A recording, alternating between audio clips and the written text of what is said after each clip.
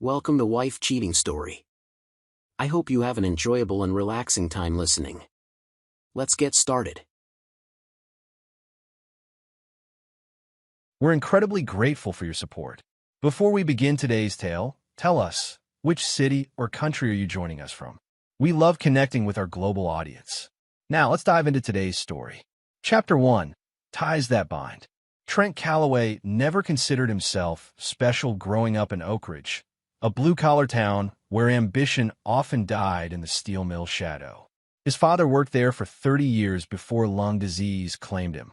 Unlike most of his peers, Trent harbored dreams beyond the town's borders. When he met Valencia Reed in junior year of high school, something clicked. Valencia came from the right side of Oak Ridge. Her father, Wade Reed, owned the most successful construction company in the county.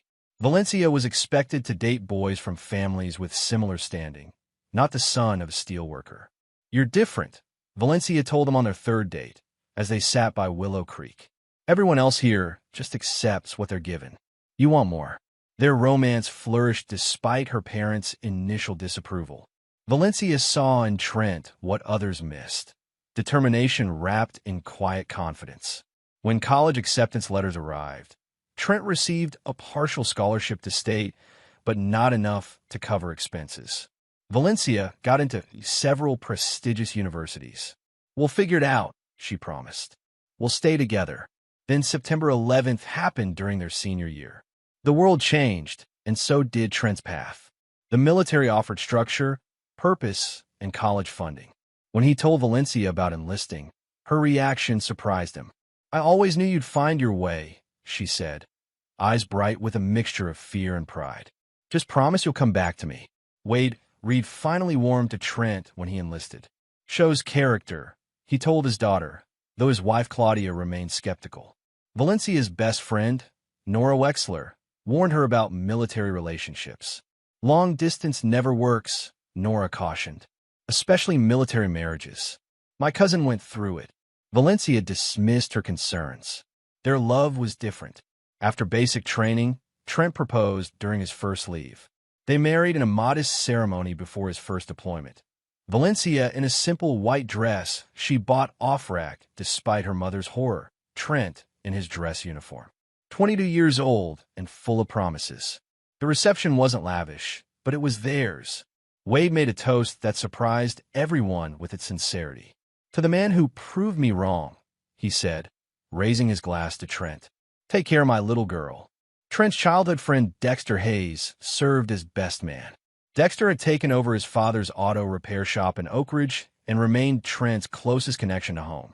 "You hit the jackpot, man," Dexter whispered during the reception. "Don't screw it up." What no one at the wedding could see was Wade Reed's construction company was facing financial troubles. The recession had hit hard, but he maintained appearances, telling no one, not even his family, how precarious their situation had become. During his last night before deployment, Trent held Valencia close. "All right, every day," he promised. "This tour will fly by, and when I come back, we'll start building our future." Valencia smiled, but something flickered behind her eyes. Doubt, fear, or something else entirely that Trent couldn't name. "Just come back safe," she whispered, clutching him tighter. "That's all that matters." Neither realized how their promises would soon be tested in ways they never imagined. Chapter 2. Distant Shores. The heat in Afghanistan hit Trent like a physical blow the moment he stepped off the transport plane. His unit, the 87th Infantry Regiment, was stationed at a forward operating base in Kandahar province. The landscape was alien: dust-covered mountains, sparse vegetation, and a perpetual haze hanging over everything. Staff Sergeant Roscoe Bennett, a hardened veteran on his fourth tour, took Trent under his wing. "First deployment's the hardest," Bennett told him. "Not because of what happens here, but because of what happens back home." At first, Trent didn't understand what Bennett meant. He and Valencia Video chatted when possible, exchanged emails daily. She sent care packages with homemade cookies that arrived as crumbs but tasted like home. She seemed supportive, asking questions about his day-to-day life while carefully avoiding mention of the dangers. 3 months in, the frequency of Valencia's messages began to decrease. The video calls grew shorter, often with Valencia claiming fatigue or plans with friends.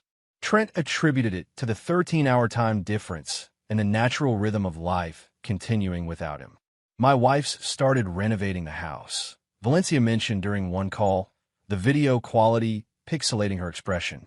Dad connected us with this amazing contractor, Garrison Pike. You'd like him.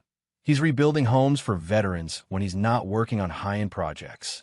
Trent noted how her eyes lit up when she mentioned the contractor. Something cold settled in his stomach, but he pushed it away. That's great, he said. Just don't break the bank. Don't worry about money, Valencia replied quickly. Dad's helping out. You focus on staying safe. What Valencia didn't share was that the help for her father came with strings. Wade Reed had partnered with Garrison Pike on several commercial developments, desperate to save his failing business. Having Pike renovate Valencia's home was part of cementing that relationship, one that was becoming increasingly important to Wade's financial survival. Meanwhile, Trent's unit faced mounting pressure as insurgent activity increased in their region. During a routine patrol, their convoy hit an IED. 2 soldiers died, and Trent sustained minor shrapnel wounds. The incident earned him a Purple Heart, but left invisible scars. After the attack, Trent tried calling Valencia for comfort, but she didn't answer. When she finally responded the next day, her excuse about being at a spa day with Nora rang hollow. Specialist Daniel Russo, who bunked next to Trent, noticed his growing concern. "Everything cool on the home front?" he asked one night. "Yeah, just the usual distance stuff," Trent replied, not wanting to voice his suspicions. Russo hesitated before speaking. "My ex started the same way before I got a Dear John letter my first tour. Just saying, watch for the signs." The signs multiplied. Valencia's social media showed her at restaurants, parties, and events, always smiling, rarely mentioning Trent. In several photos, a tall, well-dressed man appeared in the background. Though never tagged, Trent recognized him from Valencia's home renovation updates, Garrison Pike.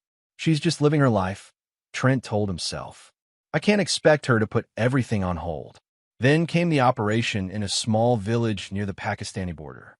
Intelligence suggested a high-value target was hiding there.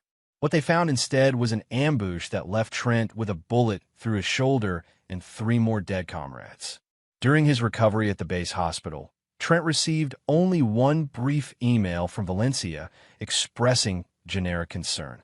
Meanwhile, Dexter sent him a cryptic message. "Call me when you can, brother. It's important." When Trent finally connected with Dexter via video call, his friend's face was grim. "I don't know how to tell you this," Dexter began, "but Valencia's been seen around town with that contractor. They're not being subtle about it. They're working on the house," Trent said defensively. "Of course they're together." Dexter shook his head. "Not just at the house, man. Dinner at Riversong, weekend trips to the lake." Nora tried to warn her about how it looks, but Valencia shut her down. Trent felt his world tilt. Maybe it's business. Her dad's working with this guy. That's part of it, Dexter admitted. Wade's company is in trouble. Word is Pike's investment is keeping it afloat. But this thing with Valencia, it looks personal, Trent. After the call, Trent stared at the ceiling of the medical unit. His shoulder wound, nothing compared to the pain in his chest. That night, he drafted an email to Valencia asking directly about Garrison Pike. He deleted it without sending. Instead, he requested emergency leave, citing family issues. The leave was denied. His unit needed him, especially with their reduced numbers. Trent would have to wait 3 more months before rotation home. 3 months to wonder what awaited him in Oak Ridge. Chapter 3. Shattered Illusions. Trent's unit returned to Fort Drum in New York on a crisp autumn day. After processing through base, soldiers reunited with waiting families. Trent scanned the crowd, spotting families embracing, children running to fathers, wives clutching husbands, but no Valencia. He pulled out his phone, finding a text sent that morning. "Sorry, can't make it to New York. House emergency. See you at home. Love you." Dexter had offered to drive up, but Trent had declined, wanting Valencia to be there instead. Now he regretted that decision as he boarded the shuttle to the airport alone. Upon landing at Oak Ridge Regional Airport, Trent found Dexter waiting. Thought you might need a ride after all, Dexter said, embracing him. During the drive to Trent's house, the modest 3-bedroom he'd purchased with his military signing bonus before deployment, Dexter was uncharacteristically quiet. Just say whatever you need to say, Trent finally prompted. Dexter gripped the steering wheel tighter. I'm not sure what's waiting for you at home, but be prepared. Things have changed. With Valencia, with everything. Her dad's business is barely hanging on. Pike's been the white knight, but rumors say the partnership isn't just business. When they turned onto Trent Street, he immediately noticed the changes. The once simple house now featured a new facade, landscaping, and a BMW parked in the driveway beside Valencia's Audi. Want me to come in? Dexter asked as they pulled up. Trent shook his head. I need to handle this myself. Inside, the house was unrecognizable. Open concept where walls once stood, high-end finishes, designer furniture, a showcase rather than a home. Valencia emerged from the kitchen, looking startled. Her hair was different, her clothes more expensive, but it was the diamond bracelet on her wrist that caught Trent's attention, one he'd never seen before. Trent, you didn't tell me exactly when you'd be here, she said, moving to embrace him awkwardly. House emergency? He asked, stepping back. Looks like the emergency was making it into a showroom. Valencia flushed. The renovations ran over. Garrison was just fixing. Garrison, Trent interrupted. First name basis with the contractor? Before Valencia could respond, a tall man with perfectly styled hair and a tailored shirt emerged from the back of the house. Sorry to interrupt, he said smoothly. I was just checking the guest bathroom installation. Trent's jaw tightened. You must be Pike. Garrison, please, the man said, extending his hand with practiced charm. Valencia's told me so much about you. Thank you for your service. The rehearsed gratitude felt hollow. Trent ignored the outstretched hand. What are you doing in my house when I wasn't expected home? An uncomfortable silence fell before Valencia intervened. Garrison, maybe you should go. Trent and I need to catch up. After Pike left, Trent confronted Valencia. What's really going on here? And don't insult me with lies. Valencia's composure cracked. What do you want me to say? That I've been lonely? That while you've been gone, I've had to remake my life? Dad's business is failing, Mom's drinking again, and I've been here alone trying to hold things together. And Pike's been helping you hold things together? Trent asked quietly. He understands what I'm going through. He's been here. While I've been dodging bullets and watching friends die, Trent finished. I'm sorry that was inconvenient for you. Valencia's expression hardened. You chose to leave. You chose the military over college, over me. I chose to serve my country and build a future for us, Trent countered. A future? Valencia laughed bitterly. Look at Garrison. He built his business from nothing. He employs dozens of people. He's helping save Dad's company. What's your plan? More deployments? More months apart? The words hung between them like shrapnel. Valencia seemed to realize she'd gone too far, but couldn't take it back. Is there something going on between you two? Trent asked directly. Valencia looked away. I don't know what you want me to say.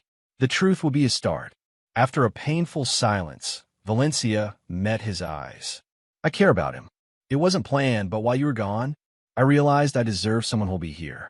Someone successful, with ambition beyond a military career. The admission hit Trent like a physical blow. Someone successful, he repeated. Right. That night, Trent slept in the guest room.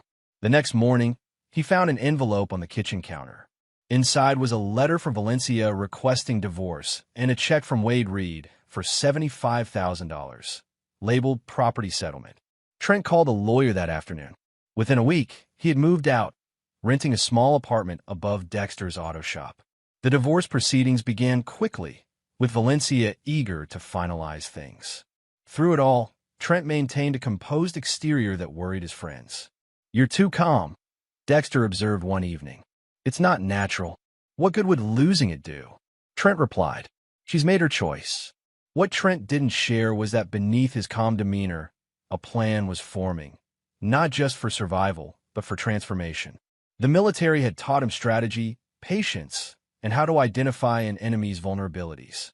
Valencia and Garrison had underestimated him, as had Wade Reed with his insulting payoff attempt.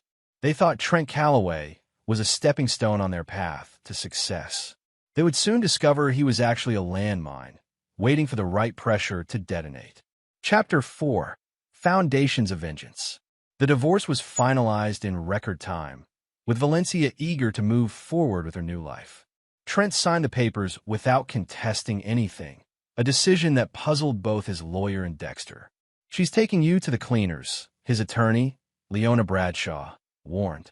"We could fight for more." "I don't want anything from her," Trent replied. Clean break. Leona, a sharp-witted divorce attorney who specialized in military cases, studied him with concern. "This isn't like most soldiers I represent. Usually, there's anger, resentment. Who says I'm not resentful?" Trent asked with a smile that didn't reach his eyes. What no one understood was that Trent's apparent passivity was calculated. While Valencia celebrated her freedom with Garrison Pike at Oak Ridge's upscale venues, Trent was conducting reconnaissance. The military had taught him that information was power, and he gathered intelligence on his targets. Wade Reed's financial troubles were deeper than rumored. Through conversations with construction workers at Dexter's shop, Trent learned that Reed Construction had leveraged everything on a major development project, Westridge Plaza, with Pike as the primary investor and architectural lead. "Old man Reed's betting it all," said Hector Vasquez, a foreman who frequented the auto shop. "If Westridge succeeds, the company's saved. If not, he's finished." Trent also discovered Garrison Pike's reputation wasn't as sterling as his image suggested. Former employees complained about unreceived paychecks and questionable business practices. Pike Designs projected luxury and success, but insiders whispered about corners cut and regulations skirted. Meanwhile, Trent took stock of his own resources. The military had given him discipline, leadership skills, and strategic thinking. His combat experience had taught him to remain calm under pressure and identify weaknesses in any situation. He had his modest savings, the $75,000 settlement he hadn't touched, and his VA benefits. Most importantly, he had time. Valencia and Pike thought he was broken, a jilted husband licking his wounds. Their underestimation was his greatest advantage. 3 months after the divorce, Trent enrolled in business courses at the community college using his GI Bill benefits. His focus: supply chain management and entrepreneurship. His professors noted his intensity and practical approach to every assignment. "You're not like our typical students," observed Professor Dominique Torres after Trent presented a business case study. "You're already thinking 10 steps ahead." While taking classes, Trent maintained his job at Dexter's shop, learning the business side of operations. He saved aggressively, living in the apartment above the garage and spending little on himself. Trent's military connections proved valuable when he reached out to Staff Sergeant Bennett, now stationed at Fort Bragg. "Remember how the guys always complain about our boots?" Trent asked during their call. "How they fell apart in the field. Standard issue garbage," Bennett confirmed. "Why? I'm thinking about solving that problem," Trent replied. "Would you connect me with some of your current unit? I need feedback." Bennett, pleased to hear from his former soldier, readily agreed. Most of these guys would talk for hours about what's wrong with their gear. Through these conversations, Trent identified a clear gap in the market: tactical footwear that actually met the needs of operators in the field. Military contractors supplied subpar products at premium prices, while civilian options weren't designed for combat conditions. 6 months into his planning, Trent took a calculated risk. He approached Leona Bradshaw with a business proposal: legal guidance for a startup in exchange for future equity. "I need someone who understands contracts and isn't afraid of going up against established players," he explained. "Your reputation as a shark in divorce court suggests you're exactly what I need." Leona was intrigued. "What's the business?" "Specialized tactical footwear, initially targeting military and law enforcement," Trent explained, showing her his comprehensive business plan, eventually expanding to civilian outdoor markets. Impressed by his preparation, Leona agreed to represent him. "What are you calling this venture?" Trent smiled. "Callaway Tactical. Simple, direct, honest, everything Pike Designs isn't." While building his business foundation, Trent maintained surveillance on Valencia and Pike.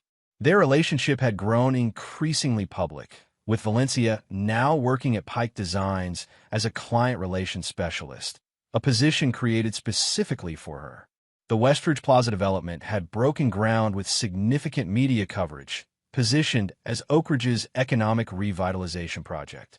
What Pike didn't realize was that Trent had been systematically connecting with key players in the construction and development industry, suppliers, contractors, even building inspectors, establishing relationships that would prove valuable. One evening, Dexter confronted Trent as he reviewed material samples in his apartment. "You're planning something, aren't you? This isn't just about moving on." Trent looked up from his work. "What makes you say that?"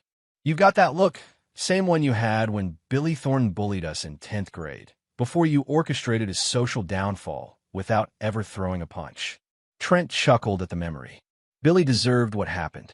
"So do Pike and Valencia," Dexter acknowledged. "Just tell me you won't do anything that'll land you in prison." "I'm not interested in prison visits." "Nothing illegal," Trent promised. "Just appropriate consequences." What Trent didn't share with Dexter was that his plan was already in motion.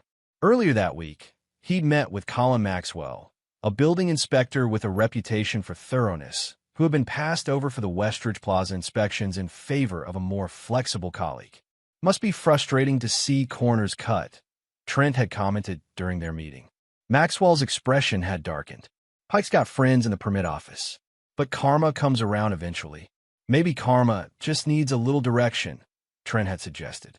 As autumn turned to winter, Trent's dual efforts progressed. Callaway Tactical developed prototypes based on feedback from active military personnel, while his network of contacts around the Westridge development expanded. Valencia and Pike remained oblivious, celebrating their successes at charity galas and industry events, their pictures frequently appearing in local media. At one such event, photographed for the Oak Ridge Chronicle Society page, Pike was quoted, "Success isn't about where you start, but where you end up. Some people just don't have what it takes to make it in this business." Trent cut out the quote and pinned it to his wall, a daily reminder of what he was working toward. Not just a business, but vindication. Not just financial success, but justice. As the foundations for both his company and his revenge solidified, Trent received unexpected news. His old unit was being deployed again, and some of his former comrades had requested his newly developed boot prototypes for field testing. "This could fast-track our development," Leona noted when he told her. Trent nodded. "And give us credibility no one can question." The pieces were falling into place. While Valencia and Pike planned their engagement announcement, scheduled to coincide with the Westridge Plaza's Phase 1 completion, Trent prepared for a different kind of unveiling, one that would shake the very foundation of everything they were building. Chapter 5. The Unraveling. The Westridge Plaza development had become Oak Ridge's crown jewel, at least on paper. The first phase was nearing completion, with luxury retail spaces already leased to high-end brands never before seen in the modest town. Local newspapers praised Garrison Pike as a visionary bringing prosperity to Oak Ridge, with Wade Reed riding his coattails back to financial solvency. Valencia had become the project's unofficial spokesperson, her transformation from military wife to sophisticated businesswoman complete in the public eye. Behind the scenes, however, tensions were mounting. Construction delays had pushed the budget beyond initial projections. Pike had pressured contractors to cut corners to maintain the timeline, creating a web of compromises known to few outside the project. What Pike didn't realize was that Trent had positioned himself at the center of an information network. Through Dexter's connections with construction workers, Trent learned about substituted materials and skipped inspections. Through Leona's legal contacts, he discovered the precarious financing arrangements Pike had established, leveraging future phases to fund current construction. Pike's building a house of cards, Leona observed during one of their strategy sessions for Callaway Tactical. "One strong wind." Trent nodded. "And I'm about to become a hurricane." His opportunity arrived 6 months into the Westridge development when the project's safety officer, Winston Baxter, stopped by Dexter's shop with brake problems. "Stress is killing me," Winston confided while waiting for repairs.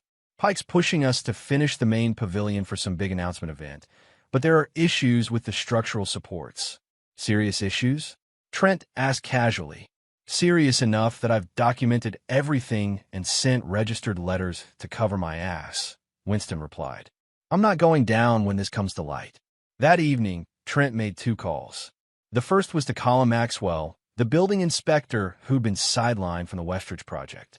The second was to Simone Torres, an ambitious reporter for the Oak Ridge Chronicle who'd been relegated to human interest stories despite her investigative background. I might have something that would interest you, Trent told Simone. A story about Oak Ridge's biggest development and questions no one's asking. Meanwhile, Callaway Tactical had progressed from prototype to limited production. The boots Trent had sent with his former unit had performed exceptionally in Afghanistan, generating buzz within military circles. Using his settlement money and a small business loan guaranteed by the VA, Trent had secured manufacturing capacity with a factory in Maine that specialized in military-grade footwear. What no one in Oak Ridge knew was that Trent had leveraged his growing industry connections to approach the same high-end outdoor retailers Pike was courting for Westridge Plaza. His pitch: authentic performance footwear designed by veterans, not fashion items masquerading as tactical gear.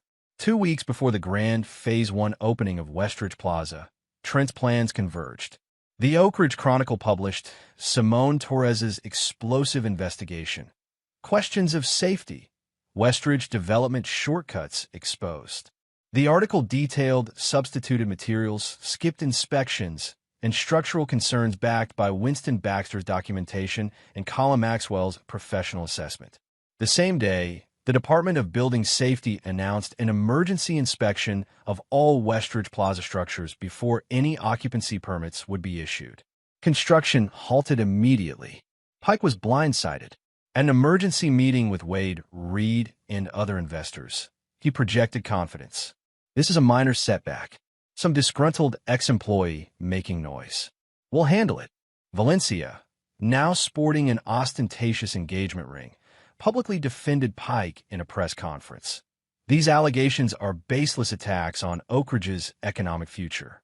Garrison Pike's reputation for excellence speaks for itself. What they couldn't know was that Trent had already met with the major retailers signed for Westridge Plaza, presenting evidence of the structural concerns and offering them space in a competing development. One actually built to code in neighboring Clayton County. 3 retailers pulled out of their Westridge contracts within days, citing safety concerns. The project's financing began to wobble as banks questioned the development's viability. Pike scrambled to contain the damage, pushing his political connections to expedite new inspections and offering concessions to keep retailers committed.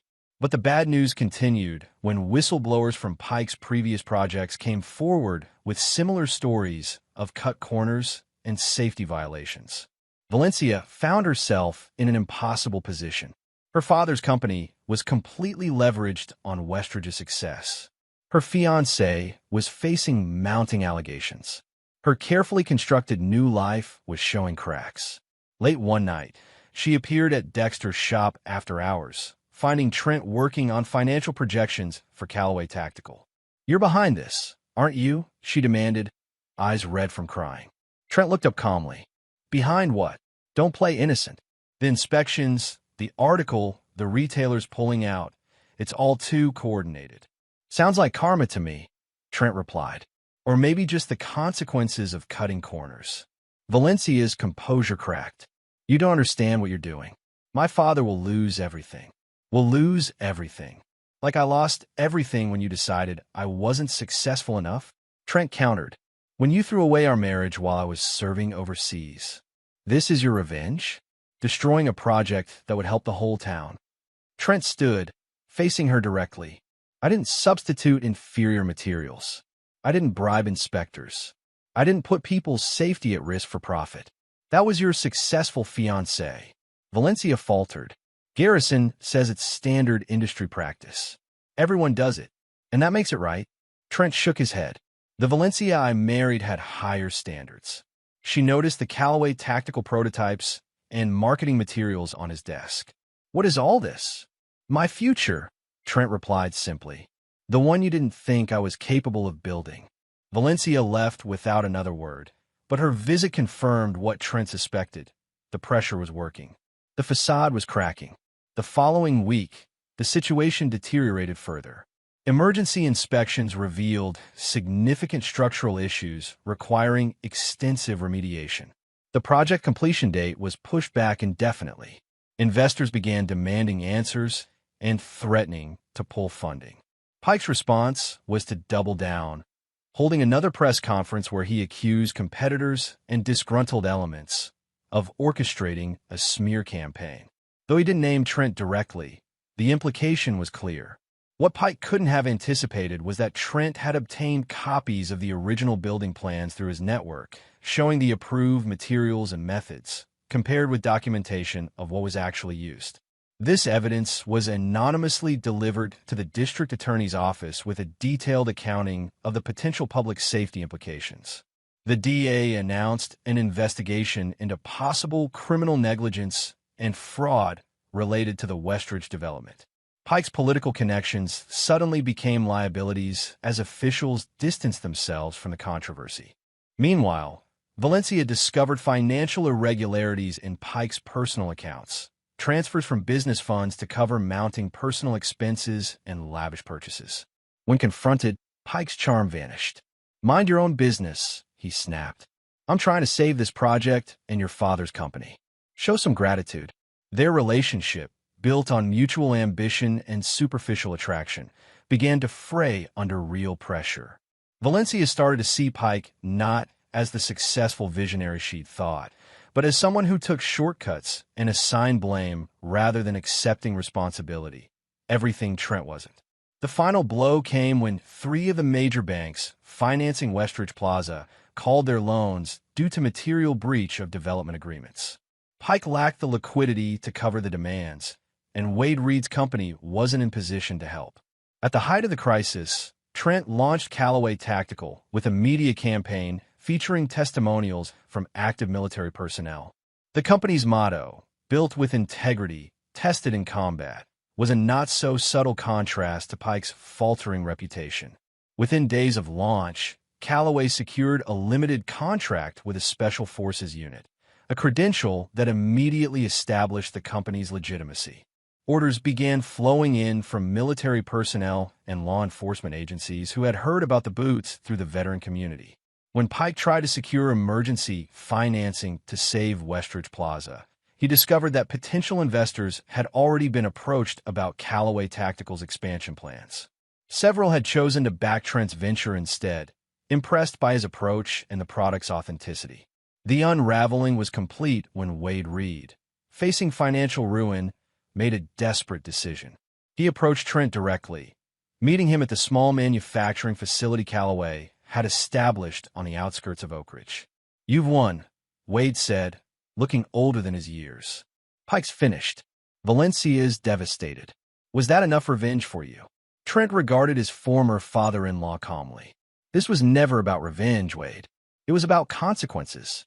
Pike built his success on shortcuts and lies. That kind of foundation always collapses eventually. "And what about my company? The workers who depend on those jobs?" Trent had anticipated this conversation. "I have a proposal. Reed Construction has a solid reputation outside of the Westridge disaster. Callaway Tactical needs to expand manufacturing. We could form a partnership, your construction experience, my growing brand." Wade was stunned. "Why would you help me after everything?" "Because unlike Pike, I don't destroy things for personal gain," Trent replied. "But my offer comes with conditions. Complete transparency. No shortcuts. And you cut all ties with Pike." Faced with no alternatives, Wade agreed. The partnership would save his company while helping Callaway Tactical expand. The news spread quickly through Oak Ridge. Trent Callaway, the discarded husband, was now the town's unlikely economic savior. For Valencia, the revelations were devastating. Her fiancé was under investigation. Her father had partnered with her ex-husband. Her carefully constructed new life had imploded spectacularly. And through it all, Trent had never once engaged in direct confrontation or questionable tactics. He had simply exposed the truth and offered better alternatives. The revenge she had accused him of was really a mirror, reflecting the consequences of her own choices back at her. Chapter 6: Phoenix Rising. In the aftermath of the Westridge Plaza collapse, Oak Ridge experienced a period of economic uncertainty. The promised revitalization had evaporated, leaving half-finished structures and unemployed construction workers in its wake. Garrison Pike faced multiple investigations, criminal charges for negligence and fraud, civil lawsuit from investors and contractors, and professional censure from architectural associations. His response was characteristic. He fled town overnight, taking what liquid assets remained and leaving Valencia to face the consequences alone. The engagement ring, which Valencia discovered was purchased with company funds, became evidence in the fraud investigation. While Pike avoided immediate consequences through expensive attorneys and jurisdictional complications, his reputation was destroyed. Former business associates distanced themselves, and his previous projects came under scrutiny for similar violations. Valencia, abandoned and humiliated, retreated from public view. Her position at Pike Designs disappeared with the company's bankruptcy. Her social circle, built around her relationship with Pike and their shared success, evaporated when both proved illusory. Contrary to expectations, Trent took no public pleasure in their downfall. When asked about the situation by local media interested in the drama, he offered only a measured response. Business should be built on integrity and actual value, not appearances. Callaway Tactical focuses on creating products that perform when lives depend on them. The partnership between Callaway Tactical and Reed Construction proved surprisingly effective. Wade's experience in development and construction complemented Trent's strategic vision and product knowledge. Together, they converted an abandoned factory on Oak Ridge's north side into Callaway's expanded manufacturing facility, employing many workers left jobless by the Westridge failure. 6 months after the Westridge collapse, Callaway Tactical had grown from a startup to a recognized name in specialized footwear. Their military contracts expanded, and law enforcement agencies across the country began adopting their boots as standard issue. The company's commitment to quality and its foundation in actual field experience resonated with professionals who understood the importance of reliable equipment. Trent's leadership style contrasted sharply with Pike's flashy approach. He maintained a modest office in the factory, regularly walked the production floor, and knew every employee by name. His military background informed his management philosophy: clear objectives, defined responsibilities, and genuine concern for his team. The success brought unexpected attention. Industry publications featured Callaway Tactical as an emerging player disrupting established manufacturers. Veteran organizations praised the company's hiring practices, which prioritized former military personnel. Investment offers arrived regularly, though Trent remained selective about external funding. One evening, as Trent reviewed expansion plans in his office, Dexter arrived with surprising news. "Valencia is back working at the diner," he said, referring to the local restaurant where she had waitress during college. "Nora says she had no choice. Her parents are selling their house to pay legal fees, and she's got nowhere else to go." Trent absorbed this information without visible reaction. "That's unfortunate." "That's it. Unfortunate?" Dexter pressed. "The woman who dumped you for a more successful man is now serving pancakes while you're running a $1 million company. There's poetic justice, and then there's this." "What do you want me to say, Dexter? That I'm celebrating her downfall? I'm not Pike. I don't build myself up by standing on others. So you feel nothing seeing her brought so low?" Trent considered the question seriously. "I feel that everyone's choices lead somewhere.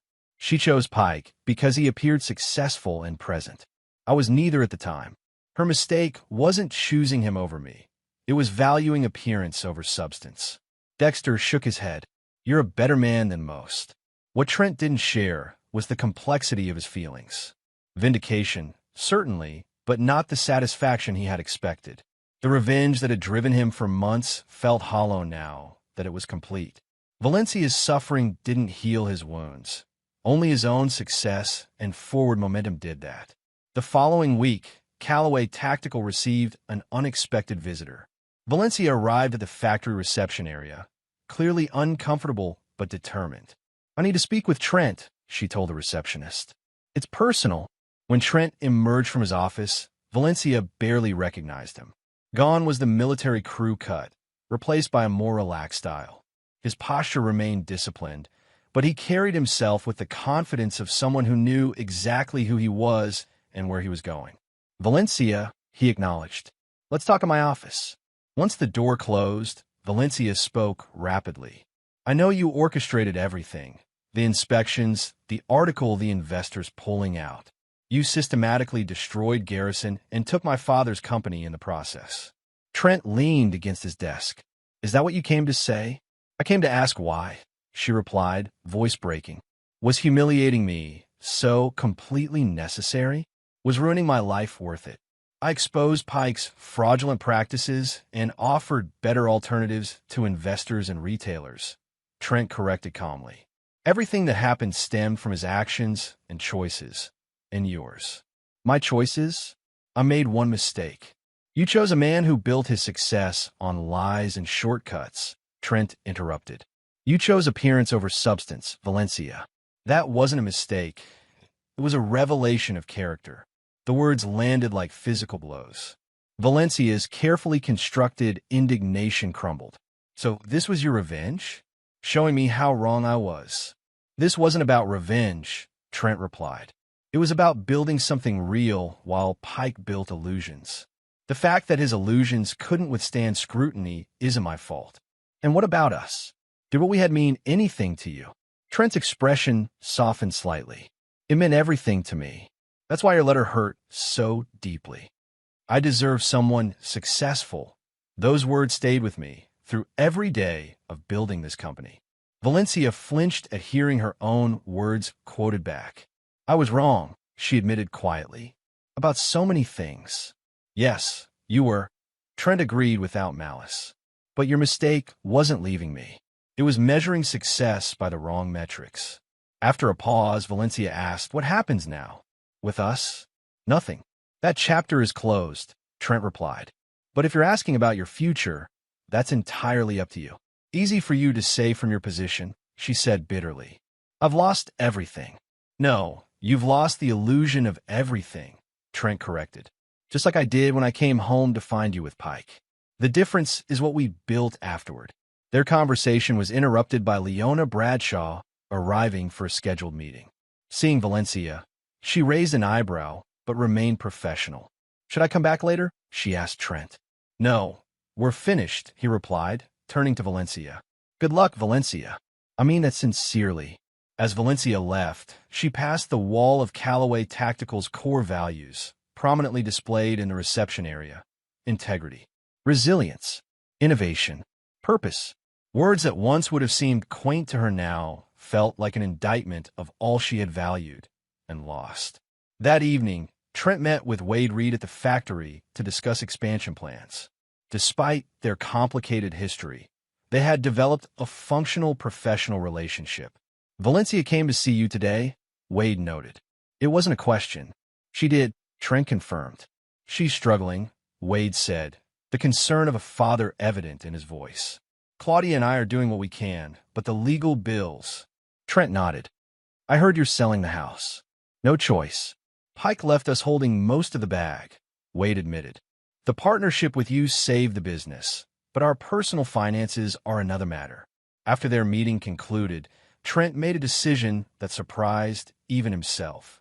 Through an anonymous arrangement facilitated by Leona, he purchased the Reed family home at its full market value, allowing the bank to place it in a rental program that permitted the Reeds to remain as tenants at a reduced rate. When Dexter discovered this arrangement, he was baffled. After everything they put you through, why help them? Trent struggled to articulate his reasoning. Because revenge wasn't the point. Building something better was. And because carrying hate is heavier than carrying compassion. As Callaway Tactical continued its ascent, Trent maintained his focus on expansion and innovation. The company opened a research facility dedicated to developing new materials and designs. They launched a civilian line that quickly gained traction in outdoor and workwear markets. National retailers began carrying their products, and international distribution deals were in negotiation. Meanwhile, Garrison Pike's legal troubles mounted. Unable to secure high-profile contracts after his reputation collapsed, he attempted to launch a new venture in Florida under a different company name. The scheme unraveled when previous clients recognized him and alerted authorities to his presence.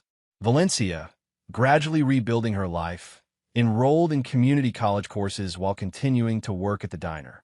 The experience of serving others rather than being served proved transformative. The humility forced upon her created space for genuine self-reflection. 1 year after the Westridge Plaza collapse, Oak Ridge had recovered.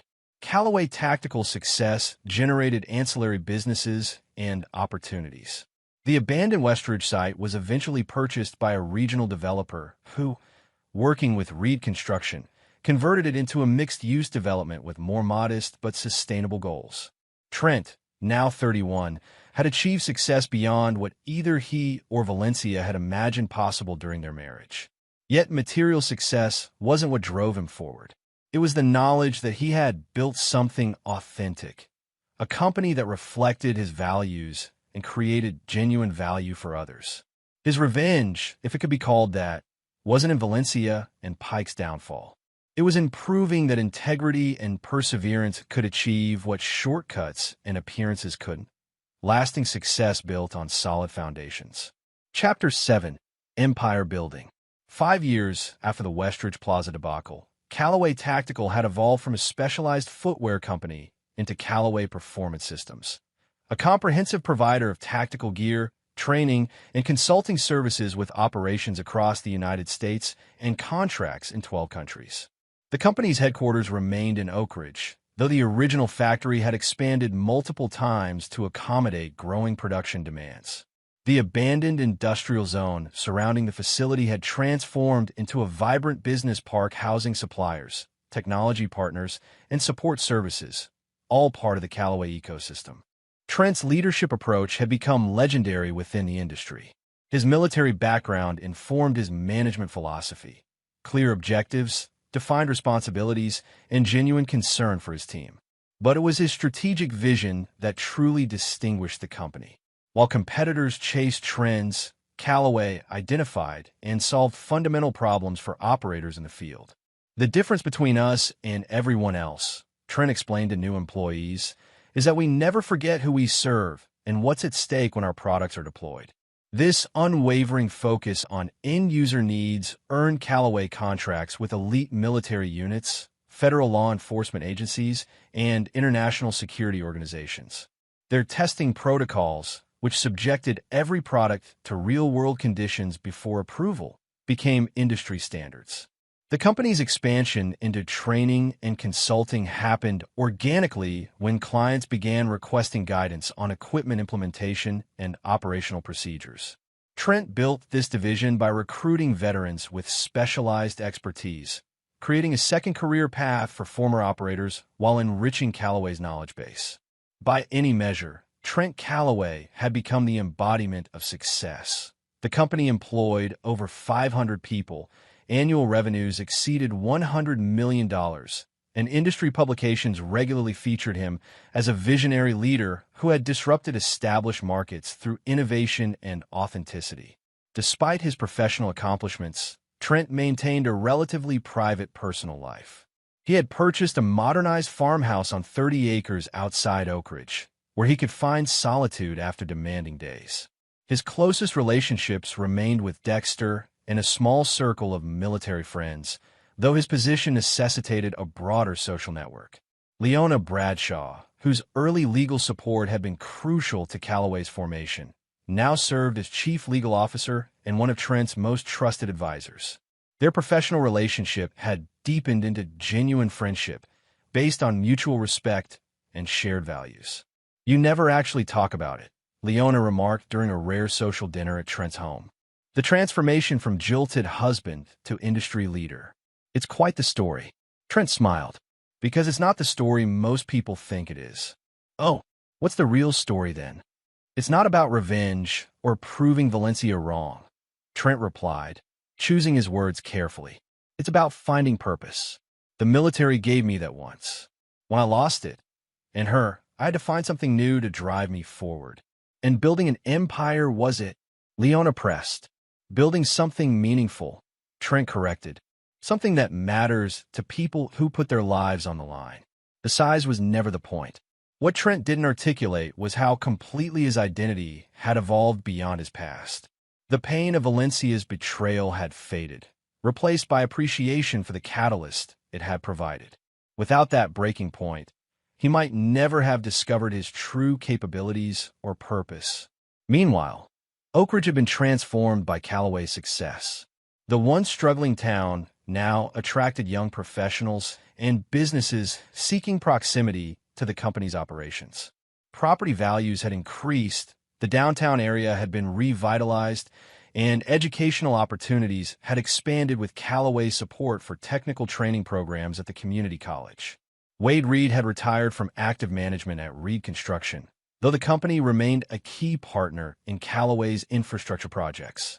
The partnership had restored the Reed family's financial stability, albeit not to their previous level of affluence. Valencia's journey had taken unexpected turns. After completing an associate's degree in business administration, she had secured an entry-level position at a regional marketing firm. Her experience, both the rise with Pike and the subsequent fall, had given her insights into authentic value versus superficial success. She advanced steadily through determination and genuine skill rather than connections or appearances. Occasionally, Trent and Valencia crossed paths at business functions or community events. Their interactions remained cordial but distant, a mutual acknowledgement of their shared history without any attempt to revisit it. What neither knew was that their paths would soon converge again under circumstances neither could anticipate. The catalyst was a routine business decision. Callaway Performance Systems needed expanded public relations capabilities to support international growth. After reviewing proposals from several firms, Trent's team selected Meridian Marketing, Valencia's employer, based on their regional expertise and competitive pricing. When the contract was finalized, Valencia was assigned as the account manager due to her familiarity with Oak Ridge's business landscape. Her first meeting at Callaway headquarters would be her first direct professional interaction with Trent in years. The night before the meeting, Valencia sat in her modest apartment reviewing Callaway's materials. The company's evolution amazed her, from a focused tactical footwear startup to a comprehensive systems provider employing hundreds, all built by the man she had once dismissed as lacking ambition. At their scheduled meeting, Valencia arrived at Callaway headquarters 15 minutes early, taking in the impressive facility. The reception area displayed the company's products, awards, and core values. Still the same four words Trent had established at the beginning: integrity, resilience, innovation, purpose. When Trent entered the conference room, accompanied by his marketing director, Valencia was struck by the man he had become. Now 36, he carried himself with quiet confidence that required no external validation. Success had not made him flashy or arrogant, qualities she had once mistakenly associated with achievement. Valencia, he acknowledged with a professional nod. Good to see Meridian sent their best. The meeting proceeded with focused efficiency. Trent outlined Callaway's objectives for the campaign, emphasizing authenticity in all messaging. We don't sell gear, he explained. We provide solutions that can mean the difference between mission success and failure, sometimes between life and death. Our communication needs to reflect that responsibility. Valencia found herself impressed by the clarity of his vision and the loyalty he inspired in his team. This was leadership based on substance rather than style, everything Garrison Pike had imitated but never truly possessed. After the meeting concluded, Trent asked Valencia to stay behind. When they were alone, an awkward silence fell between them, the weight of their history momentarily displacing their professional personas. I didn't realize you were at Meridian, Trent finally said. For years now, Valencia replied. I'm surprised your team didn't mention it before approving the contract. They might have. I don't micromanage their decisions. After a pause, he added, will this arrangement be a problem for you? Valencia met his gaze directly. No, it's business. I'm good at what I do now. Actually good, not just connected or well-positioned. Trent nodded. I've heard positive things about your work. Meridian was selected on merit. Thank you, she replied, genuinely appreciative of the acknowledgement. What about for you? Will working with me be uncomfortable? The past is the past, Trent said simply. We've both moved forward. As Valencia gathered her materials to leave, curiosity overcame her professional restraint. Can I ask you something? All of this, she gestured to encompass the headquarters building. Would it have happened if we had stayed together? If I hadn't left me for Pike? Trent finished when she hesitated. He considered the question seriously. I don't know. Maybe eventually, but probably not with the same drive or timeline. Sometimes our worst moments lead to our best outcomes. The philosophical response surprised her. The wounded soldier she had abandoned would have answered differently. This man had transcended the pain she had caused and found wisdom in it, another measure of how far he had come. For what it's worth, she said quietly, I've spent years regretting how I handled things. Not just leaving, but how I did it. What I wrote to you. Trent's expression remained unreadable. We all have regrets, Valencia. The question is what we build from them. After she left, Trent stood at his office window overlooking the Callaway campus. Their interaction had stirred memories he typically kept buried beneath daily operations and strategic planning.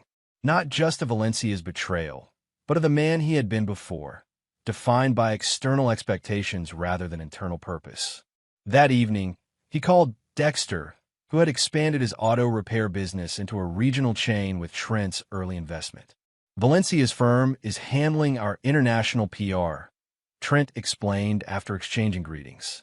She'll be working directly with our team. Dexter whistled. That's quite the full circle.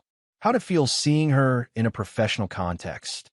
Strange, Trent admitted, but not in the way I expected. It was like meeting someone from a different lifetime. She's single again, Dexter mentioned casually. Has been for a couple years now. That's not relevant, Trent replied firmly. We have a professional relationship now. Nothing more. What Trent didn't share was how the encounter had reminded him of something missing in his life. His company had become his primary focus, almost his entire identity. While professionally fulfilling, it left little room for personal connections beyond his established friendships. The following weeks brought regular interactions with Valencia as the marketing campaign developed. Their professional relationship remained strictly bounded, though they gradually settled into a rhythm that acknowledged their history without being defined by it. During this period, Callaway received significant news. The company had been selected as a finalist for a major defense contract that would expand their international presence substantially. The competition included established industry giants with decades of government relationships. This is the opportunity we've been building toward, Trent told his executive team. Not just for the contract itself, but for what it represents, recognition that our approach has fundamentally changed the industry standard. The final presentation would take place in Washington, D.C., requiring coordination between technical, operational, and marketing teams. Valencia's role expanded to help craft the public-facing elements of the proposal, giving her deeper insight into Callaway's operations and Trent's leadership approach. As they worked together on the presentation, Valencia observed how thoroughly Trent had integrated his military experience into his business methodology, emphasizing reliable performance under pressure, clear communication, and unwavering support for those on the front lines. You've created something remarkable, she told him after a particularly intensive strategy session. Not just successful, but meaningful. Trent studied her for a moment before responding. That was always the difference between Pike and me. He wanted success for its own sake, the appearance, the status. I wanted to solve real problems for people whose lives depend on having the right equipment. The comment hung between them, an implicit reference to her past choice and its consequences. Rather than becoming defensive, Valencia nodded. I understand that now. I didn't then. Their conversation was interrupted by news that would accelerate their collision course with the past. Garrison Pike had been released from prison after serving 3 years for fraud and financial crimes. Local media reported he had returned to Oak Ridge, claiming rehabilitation and a desire to make amends. Chapter 8. Ghosts of the Past. Garrison Pike's return to Oak Ridge created ripples throughout the community. Local media covered his release with skepticism, recalling the economic damage his fraudulent practices had caused. Former associates distanced themselves, unwilling to risk their reputations through renewed connection. Pike's public statements projected humility and redemption. "I've paid for my mistakes," he told the Oak Ridge Chronicle. "Now I want to give back to the community I harmed through legitimate business ventures." Few believe his transformation was genuine, but Pike persisted in attempting to rebuild his presence in Oak Ridge. He rented a modest office downtown, far from his previous luxurious headquarters, and established Pike Consulting, positioning himself as an advisor to small businesses and entrepreneurs. When Trent learned of Pike's return, his response was measured. "As long as he operates legally and stays away from my company, his presence doesn't concern me," he told his executive team, who worried about potential disruption. Valencia's reaction was more complicated. Pike had contacted her immediately upon his return, requesting a meeting to clear the air and make amends for past wrongs. She had declined firmly, but his persistence troubled her. "He keeps calling," she confided in Nora during lunch. "Says he's changed and wants to apologize properly." Nora, who had remained Valencia's friend through her downfall and rebuilding, was skeptical. "Garrison doesn't apologize. He manipulates. Whatever he wants, it's not closure." Valencia agreed intellectually, but admitted the situation was stirring up unresolved feelings. "Working with Trent's company while Garrison tries to reconnect. It's like my past and present are colliding." The collision intensified when Pike began publicly praising Callaway Performance Systems as an example of the innovation Oak Ridge needs and expressing interest in potential collaborative opportunities. His transparent attempt to associate himself with Callaway's success caught media attention, forcing Trent to respond. Through an official statement, Callaway Performance Systems made its position clear. "We have no relationship with Mr. Pike and no interest in establishing one. Our standards for business partners include a demonstrated history of integrity and transparent practices." The public rejection angered Pike, whose rehabilitation narrative required acceptance from successful local businesses. His focus shifted to Valencia, intensifying his efforts to reconnect with her as both a personal validation and a potential inroad to Trent's world. "He's becoming more aggressive," Valencia told Trent after a project meeting. "Showing up at my office, sending elaborate gifts. It's affecting my work." Trent frowned. "Have you considered a restraining order?"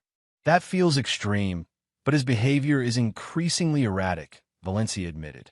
"Yesterday, he mentioned knowing about my work with Callaway. He seemed fixated on it." "That's concerning," Trent acknowledged. "Pike has always been driven by appearances and connections. Seeing you working with me after everything must be triggering his worst insecurities." What neither anticipated was how quickly Pike would escalate from annoyance to active threat. The following week, industry blogs published insider stories questioning Callaway's manufacturing standards and suggesting the company's meteoric rise involved shortcuts similar to Pike's past practices. Though the allegations were vague and unsubstantiated, they created uncertainty just as Callaway prepared for the critical defense contract presentation.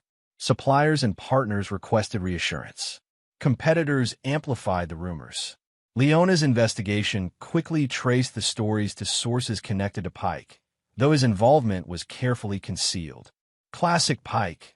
He's trying to create doubt through innuendo," she reported to Trent. "Nothing actionable yet, but the timing is obviously intended to disrupt the contract bid." Valencia was horrified when she discovered Pike's campaign. "He's using the same tactics you exposed years ago. Now against you," she told Trent. "I feel responsible since my connection to both of you gave him the opening." "You're not responsible for his actions," Trent replied firmly. "But your insight into his methods could be valuable in countering them." As the defense contract presentation approached, Pike's attacks grew more sophisticated. Financial analysts received anonymous tips suggesting Callaway's growth was unsustainable. Manufacturing employees were approached about potential safety concerns that could be shared with regulatory agencies. Pike was leveraging every contact and tactic to undermine the company Trent had built. The situation reached critical mass when Pike managed to access preliminary marketing materials for the defense contract through a junior employee at Meridian who had previously worked for him. The breach compromised sensitive elements of Calloway's proposal strategy. Valencia discovered the leak and immediately reported it to both her superiors at Meridian and to Trent. Pike manipulated my colleague using their past relationship, she explained. He's been planning this for weeks. The crisis required immediate response. Trent convened an emergency meeting with his executive team and legal counsel. We have two challenges, he outlined. First, securing our proposal and adapting to the breach. Second, neutralizing Pike's ongoing campaign without being distracted from our objectives. While Calloway's technical team worked to revise their presentation strategy, Leona developed the counteroffensive against Pike. We need to expose his methods without engaging in the same tactics, she emphasized. Maintaining our integrity is non-negotiable. Valencia, though not part of Calloway's team, offered crucial assistance. I know how Pike operates, his contacts, his pressure points, his methods. Let me help. Her involvement created a strange alliance between former spouses now united against a common adversary. Working closely together revealed to Valencia how thoroughly Trent had transformed from the soldier she had married into the leader before her, strategic, composed under pressure, and unwavering in his principles. For Trent, Valencia's assistance provided unexpected clarity about his own journey. Her insights into Pike's psychology helped anticipate and counter his moves, but more importantly, her presence forced Trent to finally confront and release lingering resentments he hadn't fully acknowledged. Their strategy against Pike developed along two paths. Officially, Calloway Performance Systems issued a comprehensive response to the rumors, inviting industry analysts and journalists to tour their facilities and review their quality control processes. The transparency neutralized much of Pike's innuendo campaign. Unofficially, Valencia leveraged her knowledge of Pike's past to identify his current vulnerabilities. His rehabilitation narrative depended on maintaining the appearance of legitimate business practices. Any suggestion that he was reverting to previous patterns would undermine his carefully constructed comeback. Through Leona, they discovered Pike had approached several of Calloway's competitors with promises of insider information, technically a violation of his parole conditions regarding corporate espionage. Rather than having him arrested immediately, they documented his activities meticulously, building a comprehensive case. We're not just defending against his current attacks, Trent explained to his team. We're ensuring he can't repeat them. As the defense contract presentation date approached, Pike grew increasingly desperate. His campaign against Calloway wasn't achieving the desired impact, and his attempts to re-establish himself in Oak Ridge's business community were faltering as his true intentions became apparent. In a final reckless move, Pike attempted to approach members of the Defense Contract Selection Committee directly, offering concerning information about Calloway's practices that they should consider before making their decision. This overreach provided exactly the opening Trent and Valencia had anticipated. The committee members reported Pike's contact attempts, triggering an official investigation into potential interference with government procurement processes, a serious federal offense. When Pike realized the trap he had walked into, he made one last desperate attempt to salvage his position. He contacted Valencia, demanding she meet him or he would release information about her that would end her career and relationship with Calloway. Valencia immediately informed Trent and Leona about the threat. Together, they arranged for Valencia to meet Pike at a public restaurant, with hidden recording devices and Leona's legal team watching from nearby tables. At the meeting, Pike's facade of rehabilitation completely collapsed. He alternated between threatening Valencia and attempting to charm her with memories of their past relationship. When neither approach worked, he revealed his true motivation. This was never just about business, he admitted bitterly. It's about Calloway. The man was nothing when you left him for me. Nothing. Now he's running the company I should have built, living the life that should have been mine. The difference is that Trent built his success on solving real problems with real solutions, Valencia replied calmly, while you built yours on appearances and shortcuts. Pike's expression darkened. You think you understand him? The man orchestrated my downfall and took everything from me. His precious integrity is a front. He's more calculating and ruthless than I ever was. No, Garrison. Trent simply exposed the truth about your methods. The consequences were of your own making. As Pike became more agitated, he inadvertently confessed to his recent campaign against Calloway, including details of how he had manipulated people and planted false information, all captured on the hidden recording devices. The following day, Pike was arrested for parole violations and new charges related to corporate espionage and attempted interference with government contracting. The evidence Valencia had obtained ensured he would face significant additional prison time and permanent restrictions on his business activities. With Pike neutralized, Calloway's team refocused entirely on the defense contract presentation. The crisis had actually strengthened their position by demonstrating the company's resilience and integrity under pressure, qualities particularly valued by defense procurement officers. The night before departing for Washington, Trent invited Valencia to dinner at his home, a gesture of appreciation for her role in resolving the Pike situation. The farmhouse's simple elegance reflected its owner's values: quality without ostentation, functionality with purpose. "I never properly thank you," Trent said as they sat on his porch, overlooking the property. "Your insights into Pike were crucial." "It felt like closing a chapter that needed ending," Valencia replied. "For both of us." The conversation gradually shifted from Pike to their own history. For the first time in years, they spoke openly about their marriage, its dissolution, and the divergent paths they had taken afterward. "I've wondered sometimes," Valencia admitted, "what would have happened if I'd had the maturity then to see what I see now. Which is, that success isn't what I thought it was." Pike seemed successful because he projected the image of it, the clothes, the cars, the connections. But it was hollow. What you've built has substance and purpose. Trent considered her words. "We were young. I was away. You were surrounded by people defining success in superficial terms. We both had growing to do." Their conversation continued late into the evening, not rekindling romantic feelings, but achieving something perhaps more valuable: mutual understanding and genuine closure. As Valencia prepared to leave, she asked the question that had lingered unspoken throughout their renewed connection. "The high school reunion is next month. Will you be attending?" Trent hadn't considered it. His focus had been entirely on the defense contract and countering Pike's threats. "I hadn't planned on it. Those events always feel like exercises in comparison and nostalgia." "You'd certainly win any comparison," Valencia noted with a small smile. "The most successful graduate in our class, by any measure." "That was never the point," Trent replied. "I know. That's why you deserve the recognition," Valencia said. "Think about it. It might be a fitting conclusion to this chapter for both of us."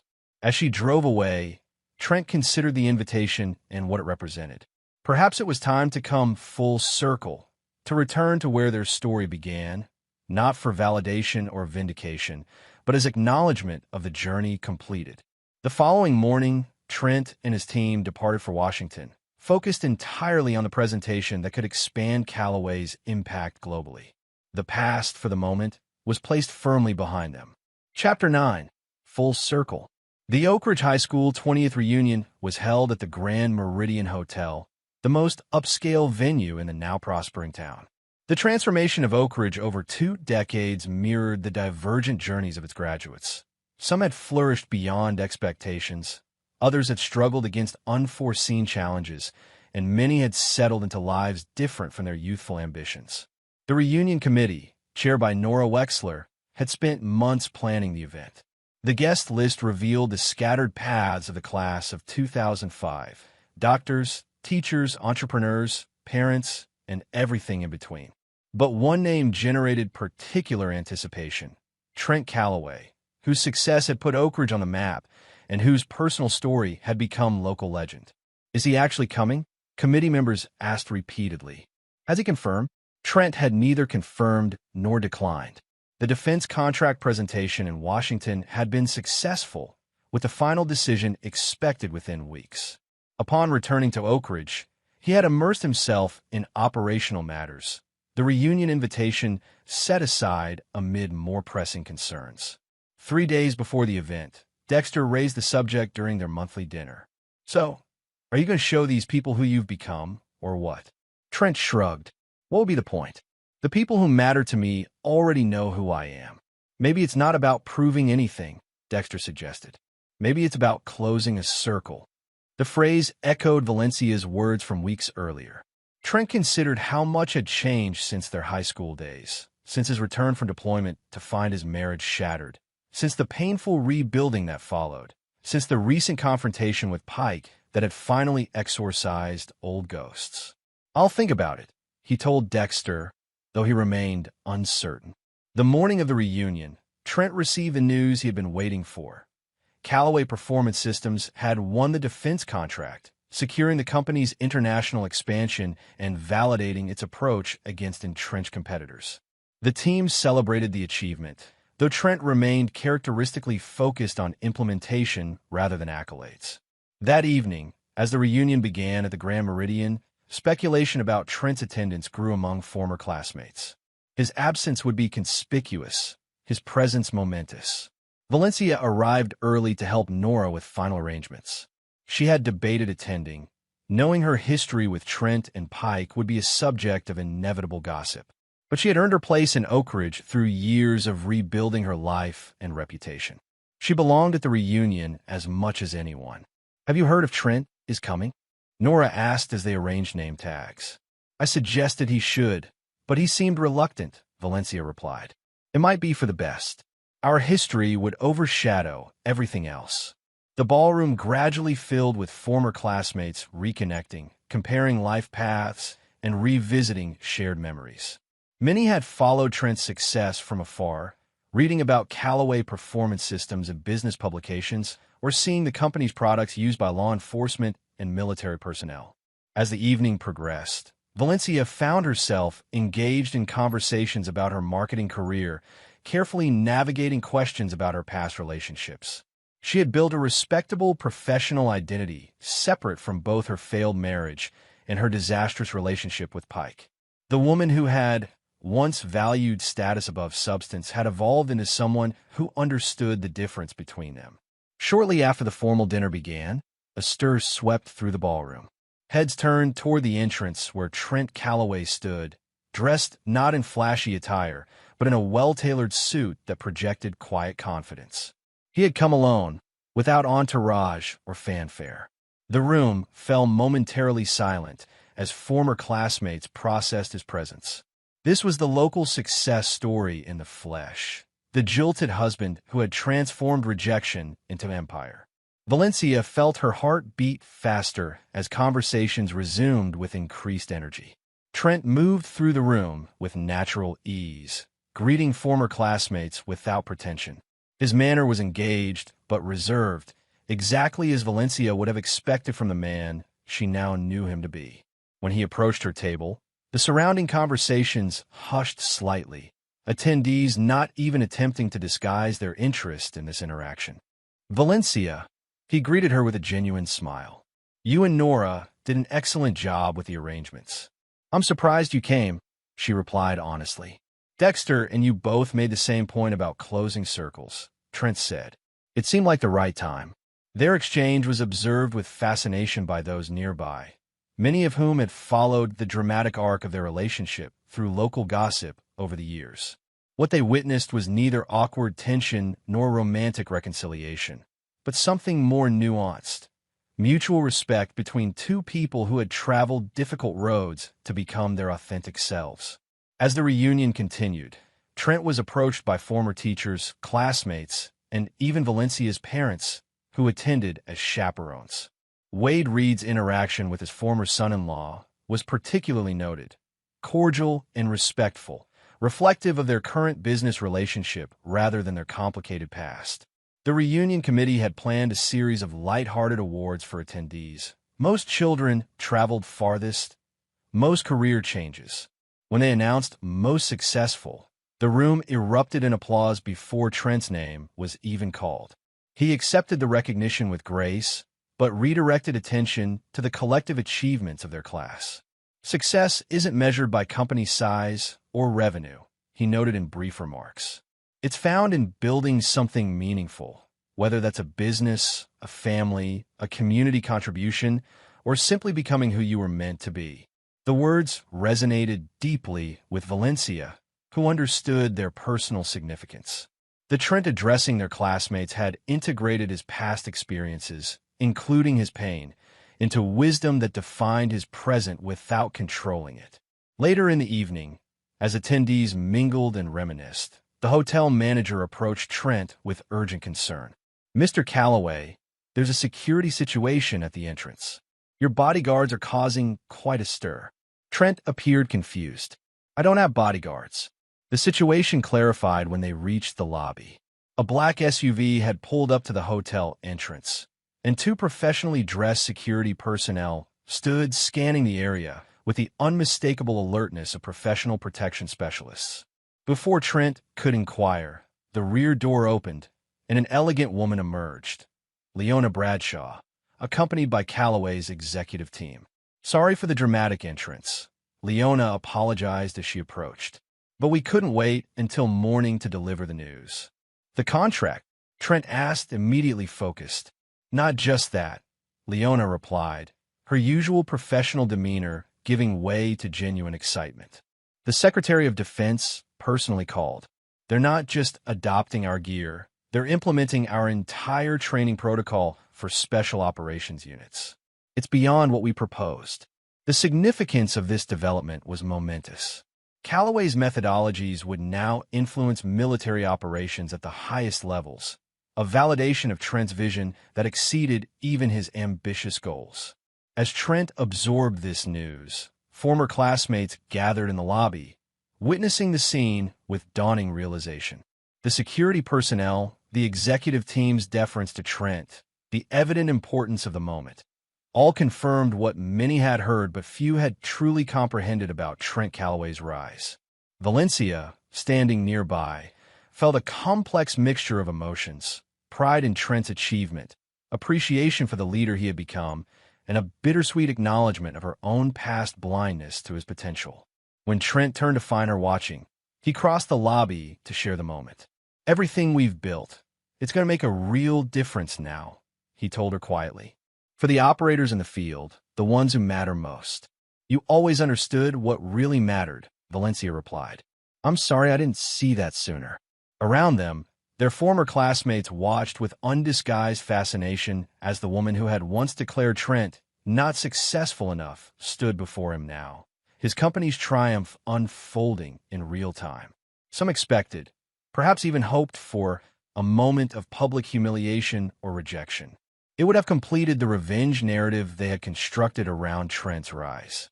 Instead, they witnessed something more meaningful: the quiet closure of a chapter between two people who had moved beyond their shared pain to mutual respect. "Would you like to join us?" Trent asked, gesturing toward his team. "We're celebrating at the office. Many of these developments built on marketing strategies you helped create." Valencia shook her head gently. "This is your moment, not mine. I have my own path now." Trent nodded, understanding. Different paths, but maybe parallel ones now instead of divergent. As Trent departed with his team, the remaining reunion attendees buzzed with conversation about what they had witnessed.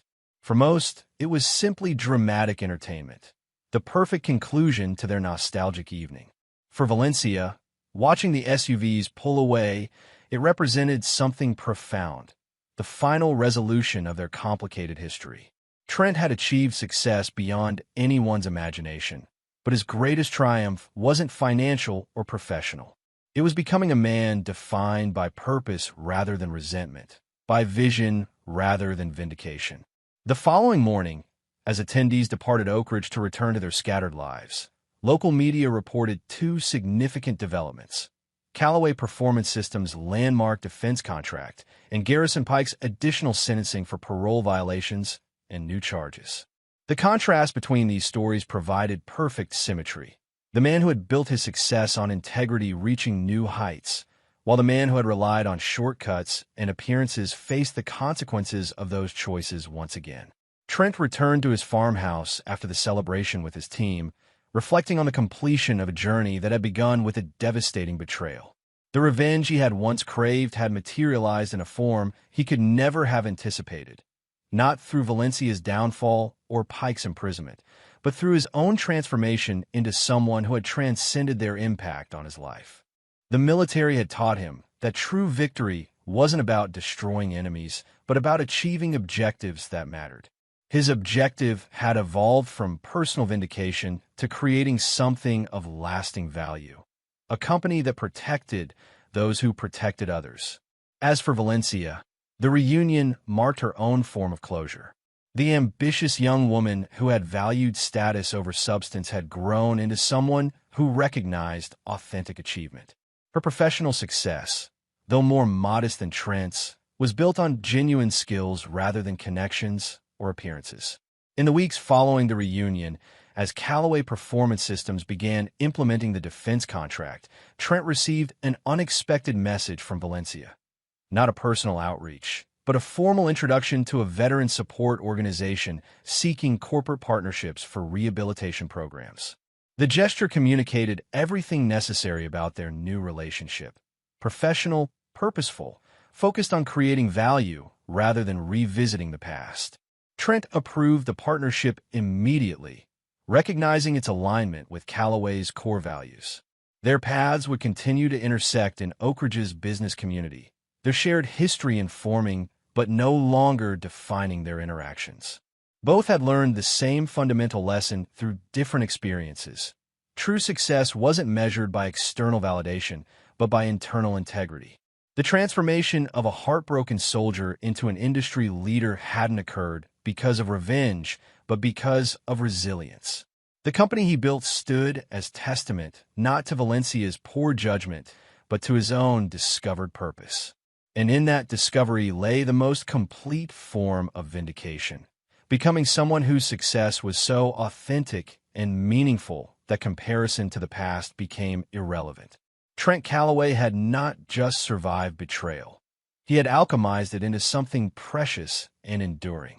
The revenge fantasy of rejecting Valencia at a high school reunion had been replaced by something far more significant: the creation of a life so purposeful that rejection or acceptance from others, even her, no longer defined his worth. That was the true victory, the genuine triumph, the most complete circle of all. And there you have it. Another story comes to an end. What did you think? I'd love to hear your thoughts in the comments below. If you enjoy this story, consider joining our community by subscribing. It means the world to us. For more stories like this one, check out the recommended videos on screen. And I'll see you there.